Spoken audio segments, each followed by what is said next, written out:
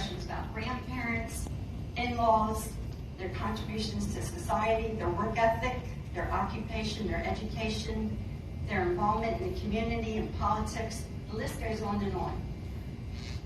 I'm going to guess that more likely women that would know those answers rather than men, because you know how it is when it comes to anniversaries and birthdays.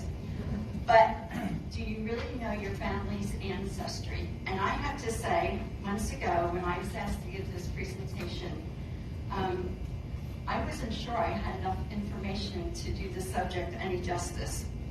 Part of the problem was I probably never asked enough questions. Part of it probably was I was raising a family and I just didn't have time to think about those things. And some of it was you just take for granted that your parents are going to be here forever. And at some point you'll get around to asking them whatever. And then they're not here.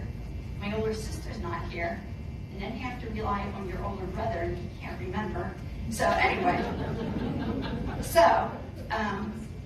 fortunately for me, my sister Shirley, years ago, and I didn't know this, had our dad tape record and make a number of cassette tapes about all kinds of subjects, his personal life, how he met our mother, the history of Shope Gardens, how he went from farming into real estate developing, the progression of Shope Gardens, and various other life experiences.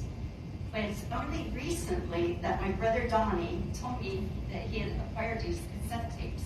And of course he was concerned because they're cassette tapes. So you know how fragile these things are. He was able to download them to his computer and then from the computer to a thumb drive.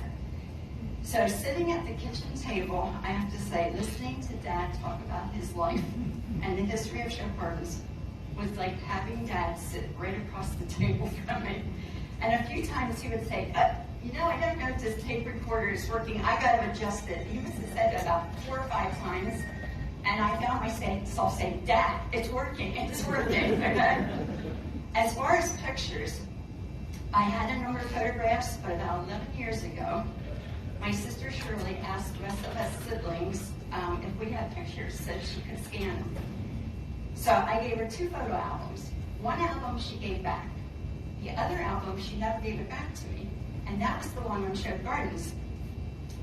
I didn't realize it for quite a while. And unfortunately, my sister died in 2013. So I asked my brother-in-law, Dick, do you know where that white photo album is in your house? No, he could never find it. Unfortunately, my brother-in-law died a year and a half ago. So my nephew Ryan, who cleaned out the house, shipped everything down to Florida where he lives and put it in a storage unit. Eventually, he started to go through that storage unit. And lo and behold, after 11 years, he found that white photo album. So I already got that album back about 6 weeks ago. So between the additional photos and the tapes from my dad, they were extremely helpful for this presentation. So I'm going to tell you that most everything you hear tonight is straight from the horse's mouth. Okay, so it's from them. And I do want to apologize for the quality of some of the pictures. Remember, they're pretty old. Some are 78 years old. Remember, they were stored in my sister's very damp basement.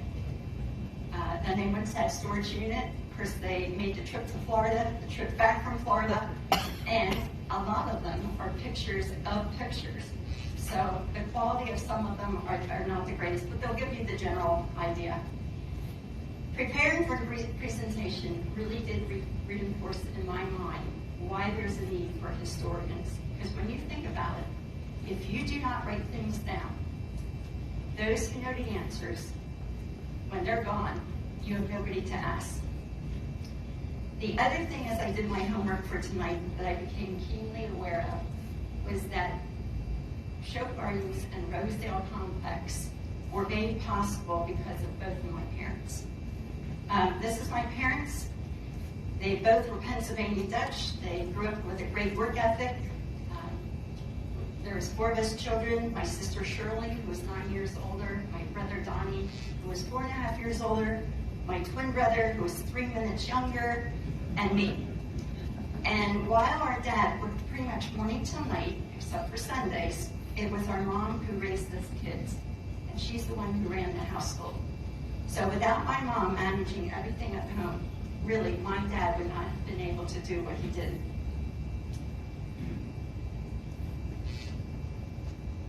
This is a picture of my siblings in the farmhouse where we live now, taken back in 1955. I can tell you the decor has definitely changed. I do have a number of pictures. Some I will show you during the presentation, and the rest I will present in a more chronological order of the development of the farm into the community of Shope Gardens. As Paul and I prepared the pictures for the PowerPoint, I realized how helpful it would have been if my parents would have notated something on the back of the picture. But you know how what we do, we take the picture and we throw it into the drawer, and then years later we get them out and we can't remember certain things. They didn't have dates on them, but there were a few that did have info on the back that was very helpful, and there were also some that had a stamped month and year on, and that also was very helpful. So I was able to figure out the locations on some, a few I couldn't. So I'm going to start back at the beginning. My mom's name was Annie Sarah Hetrick. She was born in 1922. My dad's given name was Donald David Shope, and he was born in 1924.